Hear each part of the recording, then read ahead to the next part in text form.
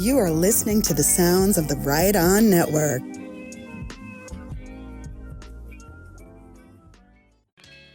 Hello, and welcome back. This is episode 7 of 30 Minutes to Get Back, the podcast where we cover Peter Jackson's docuseries Get Back 30 minutes at a time.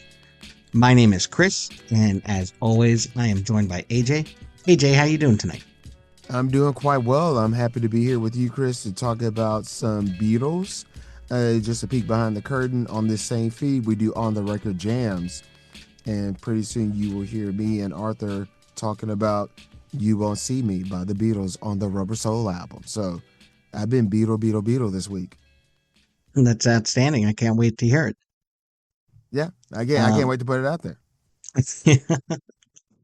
Well, when we left off, George left the band, and he said your favorite line, which I feel like could be your tagline from now on. See you at the clubs. See you at the clubs. See you at the clubs. And basically, the last thing we saw at the end of part 1 was the failed kind of meeting they had at Ringo's house. And now it's Monday. And we're starting part 2. How do you feel about getting into the next part? It's very interesting, just the dichotomy of this whole project of it started off with high hopes. They performed Hey Jude in front of a crowd for the first time, and they felt good about it. And now they're like, yeah, it would be a great idea if people recorded us writing songs together from scratch. And then in the middle of it, a band member leaves, and you're kind of like, wait a minute, what? And the band, the members are approaching 30 years old. They're about to go into a new decade. You can see that some of them are chomping at the bits, like, my team, they're telling me in my corner, hey, you know what? You're bigger than the Beatles. Move on. And the people on their team, they're telling them the same thing. Yet at the same time, I can't imagine us breaking up. So it's like two things going on. Yeah, of course he's going to come back, and I want to get out. So it's interesting. Yeah. That's a very good point. Yeah, because it does feel like they don't want to leave, but they also think they should leave. Like we're ready, but we're not ready.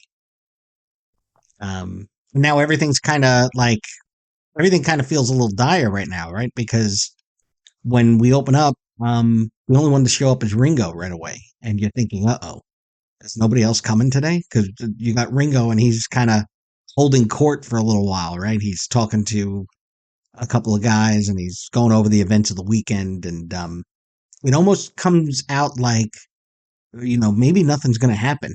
And maybe this is the end, and Ringo just, he's a consummate professional, so he shows up even though everybody's fighting, and he's, they're not sure if everybody's coming, right? And they're having Paul and Linda finally show up, and then John's not there, and then they're joking that John is still asleep. They can't get in touch with him. And there's even a funny moment because they get a delivery, right, for George Harrison, which I thought was really funny, but I also felt like it broke the tension a little bit, because they all got a real kick out of that he got, I guess, I don't know what it was. It wasn't flowers, but it looked like flowers from the Hare Krishnas. So that's exactly what was going on. Yeah, that's interesting. Another thing too is, all right, so this was kind of during a time period where a band or it seemed like the Beatles were doing it. We're releasing a single, but it's not on an album. So I think if they were playing by the rules we play by today, Hey Jude would have been on the White Album. Because again, I'm being reminded by how close this stuff is throughout this segment that we're covering today. The White Album is referenced. So they're freshly thinking about that. And that's because if they were still doing the touring thing, they would be touring for the White Album right now. And it's interesting because I feel like we get a little insight into Paul's thinking, because there's a moment in this early part of this episode where he's kind of talking about how when they were touring and they were in hotels all day, they wrote songs together more. But now that they don't tour, they kind of write songs by themselves. And it was interesting to hear that because I don't think I really ever thought of that before. That it's just the fact that they're not together anymore in the same room for hours at a time, waiting until the show starts and writing songs together. Now, everybody's at their own home. So that was an interesting part of it too, because you can almost see that's why the White Album, while it's great, was so separated by the styles of songs because they all kind of brought their own songs to the recording. And I thought that was a really interesting moment, because they're just sitting there talking, and it almost sounds like they're planning for the end, right? Because it's just Paul and Ringo, and they don't know what to do next. I think they're just in a holding pattern. But I thought that was an interesting point that Paul brought up. You're absolutely right about that because remember we talked about this in the last episode where John Lennon he brings Across the Universe and it sounded completed pretty much because he has his Mm, own recording stuff, 8-track or 4-track recorder, and I'm done. But yeah, I never really just consciously thought about when we were in hotels, we were together, and during downtime, we're recording. Now we're going to our separate quarters and coming back to the band saying, "Hey, I have this, I have that." Yeah. mhm. Which is interesting because Paul kind of gets a bad rap for being very controlling about how he wants the songs made. He does seem to be the only one trying to create songs in the studio together and not having stuff that he did at home and brought in. Because, if you think about it, John brings in Across the Universe.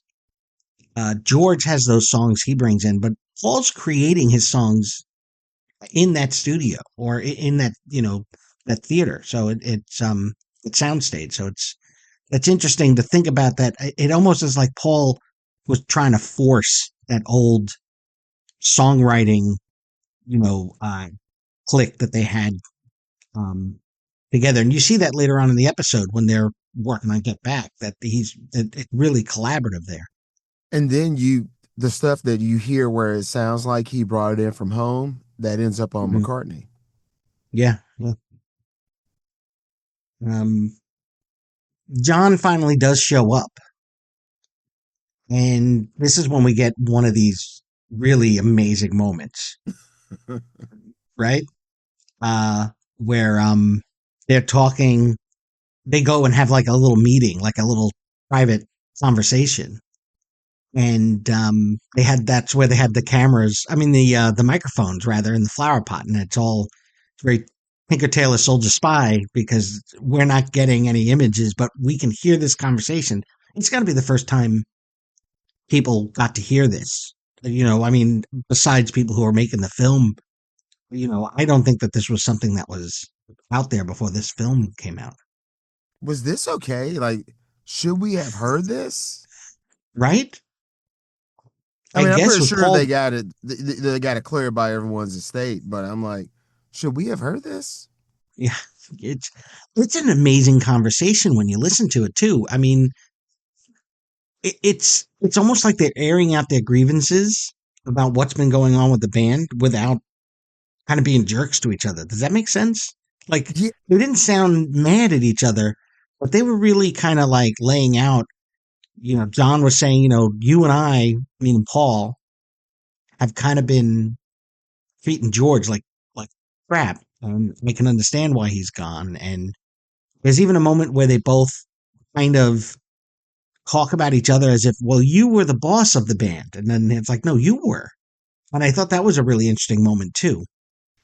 yeah. What's interesting is they were talking as if they knew they were being recorded, but they didn't. Mm, So it's interesting that the way they opened up was very honest because people, boomer generation or Gen X, and we're keeping everything bottled in. These hmm guys are really emoting and like kind of psychoanalyzing themselves, and like you're saying with Paul McCartney going like, "Oh yeah, now that I'm reflecting, we used to do the songwriting process where we were in close proximity, and now we're not. So this is a whole new dynamic." Just the fact that he was self aware of that, and then the conversation that they had with the mics that they didn't know about, it really wasn't that damning. Mhm. But it was very interesting where Paul McCartney was like, "Yeah, hey, you were the boss. You know, you were leading the ferryman or whatever outfit that we had at the time, and now the dynamics are changing. I wrote yesterday. There's acts in the states that are covering my song, so hey, I feel accomplished too. And we have this co-head team member leader group thing going on. So yeah, it's very interesting that the two of them now got to reflect and go like, yeah, I guess we're not hearing George out, and he's not just one of our session players. This guy's a member of the group. Mhm. And it's funny that they both seem to recognize that they're doing that. And they even talk to each other about, I think John at one point says something along the lines of, I would let you take a song to a place that I wasn't really happy with, but I didn't want to fight about it. And and Paul kind of gives that sentiment off as well, that they kind of let the other steer the direction of a song without really speaking up because they didn't want to cause, I guess, conflict in the studio. And I guess there's a part of them that felt like that's what George was doing, but instead they were shutting George out, or at least they're recognizing that we're shutting him out. We're not just, he's not doing this because he doesn't want to fight with us, where he's not pushing his ideas. He's not pushing his ideas because we're not letting them. And it was interesting to see them recognize that. I wonder if they're shocked that, okay, here's the deal.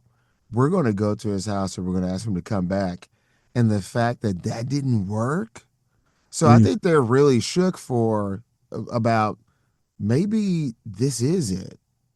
Maybe yeah. he's really not coming back. Like if we made the effort of going to him and he's still not back, maybe this is serious. And, there's a moment earlier before John gets in where they're talking about that meeting. And I think Paul kind of makes it sound like Yoko was doing most of the talking for John. And it's the first time we really get kind of the band's criticism of John and Yoko being together. Because I remember last episode that we recorded, we had mentioned that this sort of idea of Yoko breaking up the band never really came up. And in this episode, Paul kind of talks about how it is a little weird that she's always there, but he can't tell him, dude, your girl can't come. It's got to be Yeah. just us. He kind of wants John to realize that on his own. And Paul even has like a kind of a prescient moment because he mentions, oh, 50 years from now, somebody's going to say that we broke up because Yoko was sitting on an amp, which was just a wild thing to hear in this moment because it's like, yeah, you're right, Paul. That's exactly what people did. So it Yeah. didn't sound right. It didn't sound a lot like he was saying she's the reason why, but he was saying it's something he wished he could tell John. Like, sometimes it's got to just be us. Okay, this was the first time I ever thought about this because I never really subscribed to Yoko Ono broke up the band. And I read when I started studying the Beatles and John Lennon told McCartney, he was like, hey, like a man comes home to his wife and the wife said, hey, what'd you do today? And he said that she'll never have to say that because she was there. But this time when I was watching this, I did think, well, wait a minute now. Yoko Ono had a name for herself before they met. Like, aren't you an artist? Like, why are you at every single one of these sessions? Hmm. Like, don't you gotta like meet somebody else or go to New York for a second and come back? Like, yeah, why are you at all these sessions? But then again, hey, here's the deal. I'm here because they're doing this for a month. They started in January, and based off what they agreed to, it ends on the 25th of January or whatever. So it's not like they're recording for 7 months and I was there all 7 months. It was like, okay, I blocked off time. We both said, yes, we're going to be here for the month of January. And then after that, yeah, I am going to go off. But Hmm. I was thinking like, yeah, but like, don't you got to go visit Pam or Sue or Right. like you're at every like John doesn't want to be at every single one of these. Why are you at every? So it would be something where I was like, hey man, I'm used to, we would talk about this, talk about that. She's here.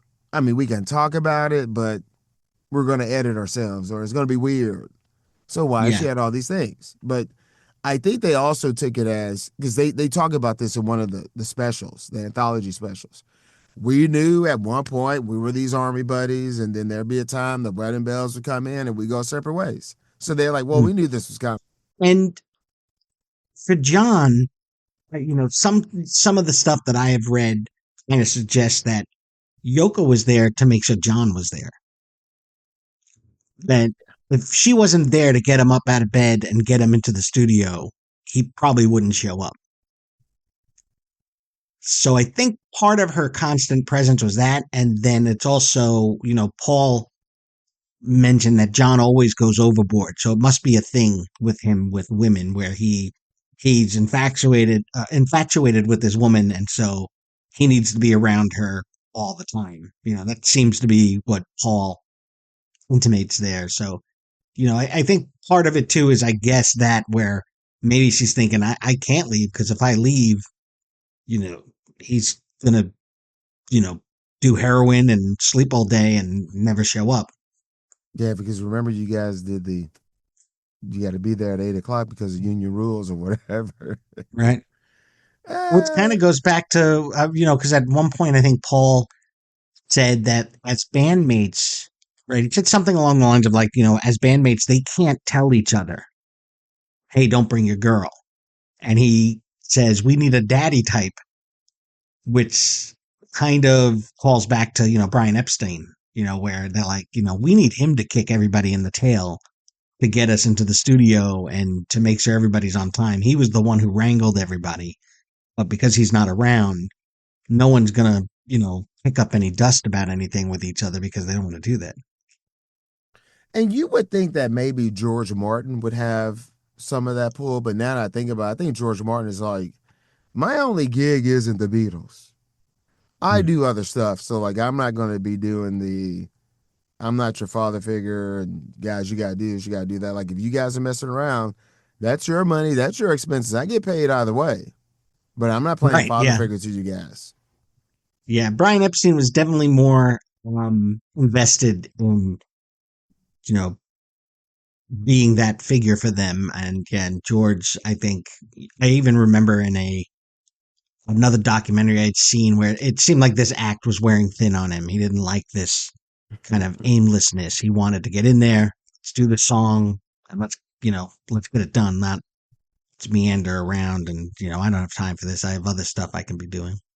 There was something that George Martin said in this where he was like, why would you perform to an empty crowd? You might as well go into the studio. And why would you go into the studio to just do one take? You might as well perform live. Right. Yeah. I didn't catch that, and then I read the transcript. I was like, oh, that's pretty interesting. Oh man. Well, now I think after this meeting that John and Paul have, they decide that they're going to try and get back in touch with George, but George is nowhere to be found. Right? He's in Liverpool. He went. I thought that was just so adorable. Like I'm going back home.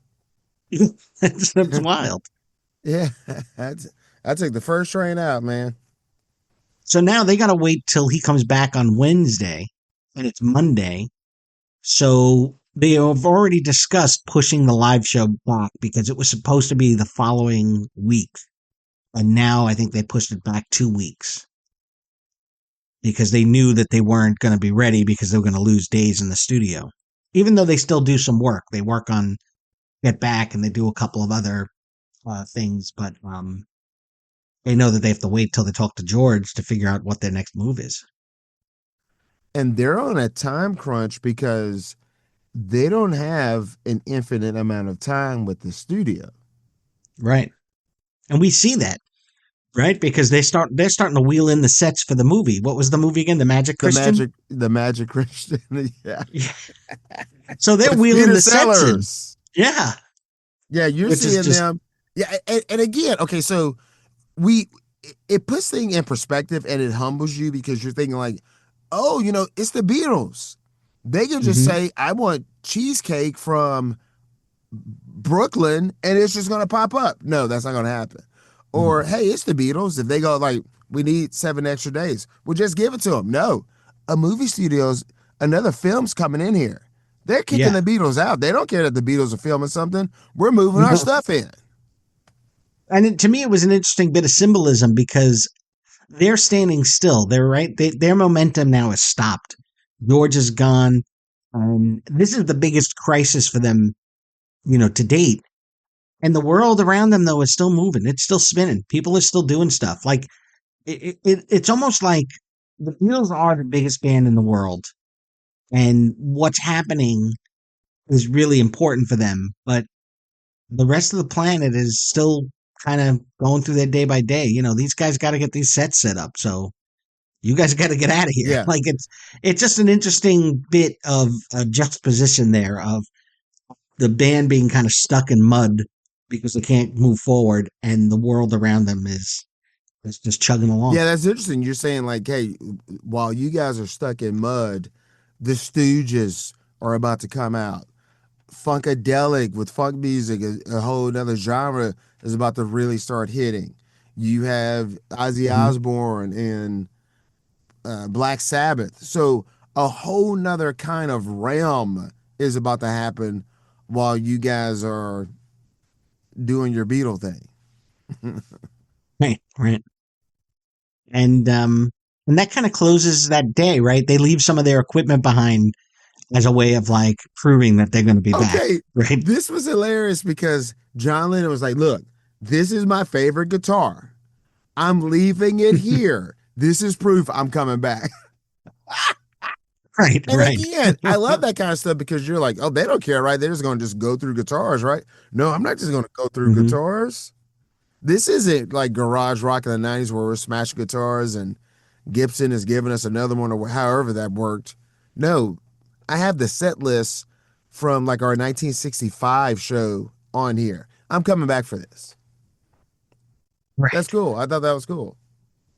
I thought that was cool too. I thought that was I think too because like a lot of the speculation I think from the band is that John doesn't really want to be in the band anymore. And I think somebody even says at one point, no, John wants to be a Beatle. He doesn't not want to be a Beatle.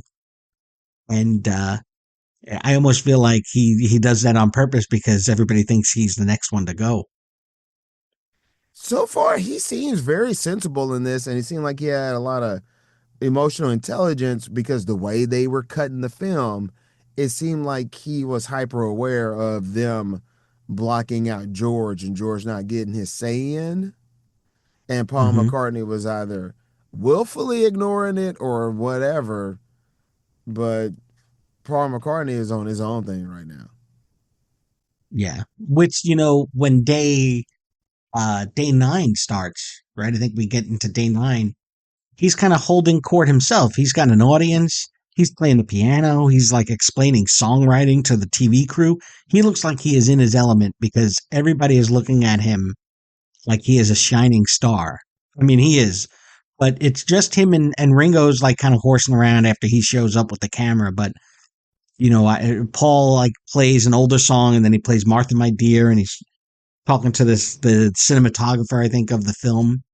But Paul looks like a big in what because he is just I feel like he's loving this being the center of attention and being looked at as kind of the the master of songwriting all by himself.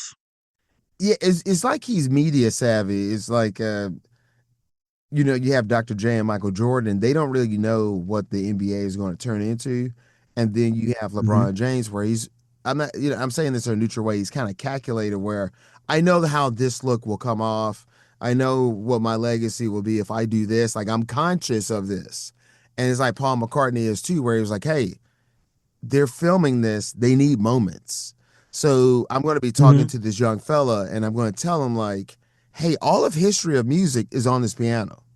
You see how I like easily weave into this, easily weave into that? Like, there's only like 11 original faces in the world. There's only like 7 plots in the world, and we're just refigurating them. in this, Right. yeah, all the music is right here. And he's like, and that could be a moment you put in the film. Because you got to remember, he's not thinking, oh, in the future, there will be a 9-hour documentary about all this. Right. He's Right. like, they got to cut this down to, I don't know, 45 minutes. I know this is going to make the cut. I just gave you something. Yeah. And it almost feels, I mean, it almost feels passive aggressive to me because he plays a lot of songs that he wrote for Peter and Gordon, right? Or he plays that song Woman. And those are songs that he wrote under a pseudonym, right? Of Bernard Webb. And eventually they were credited to Lennon McCartney. But from what I've read, he wrote those songs by himself back in 64 and 66. So it's funny to me to see him playing songs that he wrote that, he knows are his If I play and that he this, wrote for someone else. if I play this and they air it, they have to pay me for, or is that what you're insinuating? Well, I almost, I think, I almost feel more like I'm thinking he's playing his songs. Yeah, He's not playing the band got you. songs. Like these are songs I wrote, and I could do this by myself. That's kind of the feeling I got out of it. I know how to write songs. Here's the history of songwriting. Look at this song that I wrote, very quickly, and it's a classic song structure, but I put my own spin on it. And look at these other songs I wrote for Peter and Gordon, and he even kind of criticizes the way that they produced it because he's like, I would have sang it differently. Like, it just feels very much like he's putting the focal point on himself. He's not saying, "Oh, listen to this song that we put out." It's listen to this song I wrote because I'm a songwriter and I don't really need to be part of the band anymore. Like that was just the feeling I got. Not in a negative way, just in kind of like, why are you picking these songs? Why are you going here and not, playing, Let It Be that you were working on, like a new song? Like, what's the purpose of that? I don't know. It just seemed a little funny to me. I know in the 90s, I read an article with Paul McCartney, and he talked about one time he was like somewhere in a restaurant or whatever, and there was sheet music, and maybe it was yesterday or something where it's like, it's him only. But they made an agreement when they were young saying, hey, let's be a songwriting team. On everything we do is going to say Lennon McCartney. And he said that he went to Yoko and he said, hey, on the songs where like, dude, I wrote it myself. Can we have it Hmm. where it's McCartney and then if it's John Lennon? And she's like, no, you know what? Would John want that? And he said he he despised her saying that at the time. Then over time he realized no, that was the right move. So Hmm. that's probably something he always thought about. I will say this. But we have the story so we can get it. But I do want to know where it's no in on this one. I had part of a song, and John Lennon said I got another part. Let's put this together. Boom, songwriting credit. But something where like Hmm. across the universe, I pretty much came with this completed. I want to know that, but we do know that, Yeah. so you can keep saying Lennon McCartney because Right. we can Right. get the information. And that's the thing about the Beatles Mhm. is that I feel like they're easy to cover because their story is easy to tell.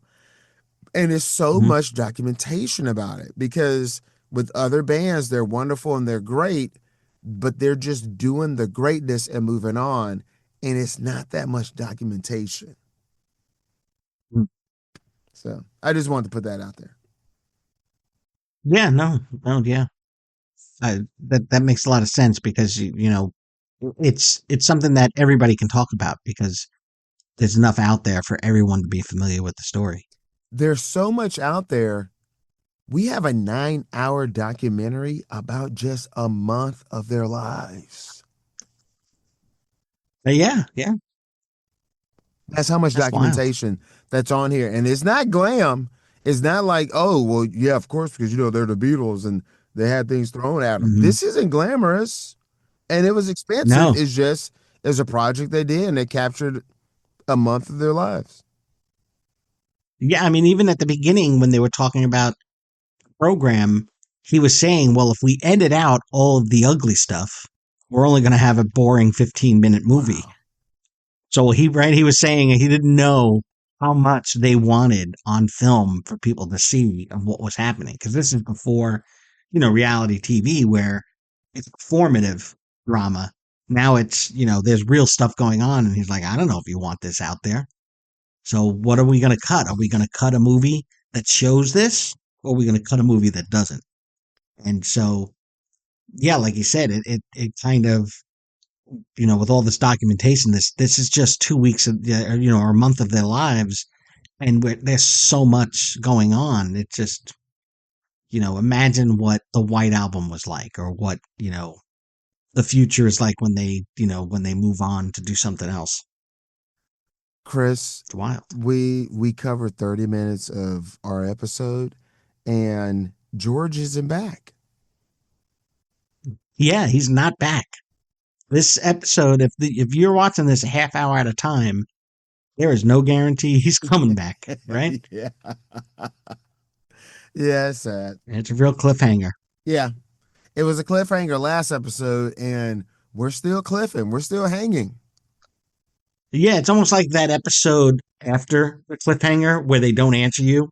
And you're like, come on, I want to know what happens. And like, no, we're going to give you some flashbacks and we're going to cover some other part of the plot. And we're not going to show you the next thing that happens after the cliffhanger. You have to wait a little longer. A world without Superman funeral for a friend.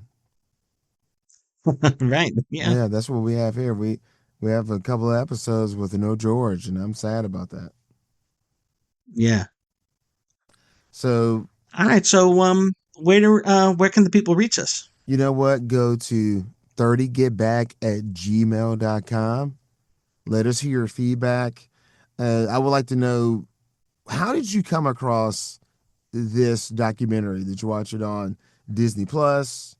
Did you get the DVD, which I was watching at first, and then I don't know if it scratched or what. I just got it out the box, so I had to go to Disney Plus. How'd you get a hold of this? And tell us your Beatles story. Yeah, if anything, 30getback@gmail.com. That's right, Chris? That's right. We would like to know your Beatles story. How'd you get into the Beatles? Did you grow up with it?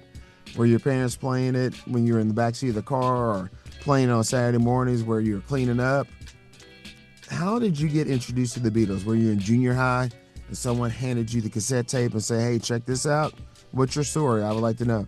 Reach us at 30getback. Were you a big Peter Sellers fan and just you had to watch this as a completist, and that's how you got into the Beatles? That's hilarious. He does pop in. You never know. That's hilarious. Hey, does your dog bite? No. I thought you said your dog didn't bite. He's not my dog. That's just some Peter Sellers movie. Does your dog bite? So yeah, hey, guys, keep your lamplight trimmed and burning. Keep watching Beatles and spread Beatle love. Let other people hear it. Right, Chris? That's right. That's right. We would love your Beatle love. Bye-bye, everyone. Bye-bye.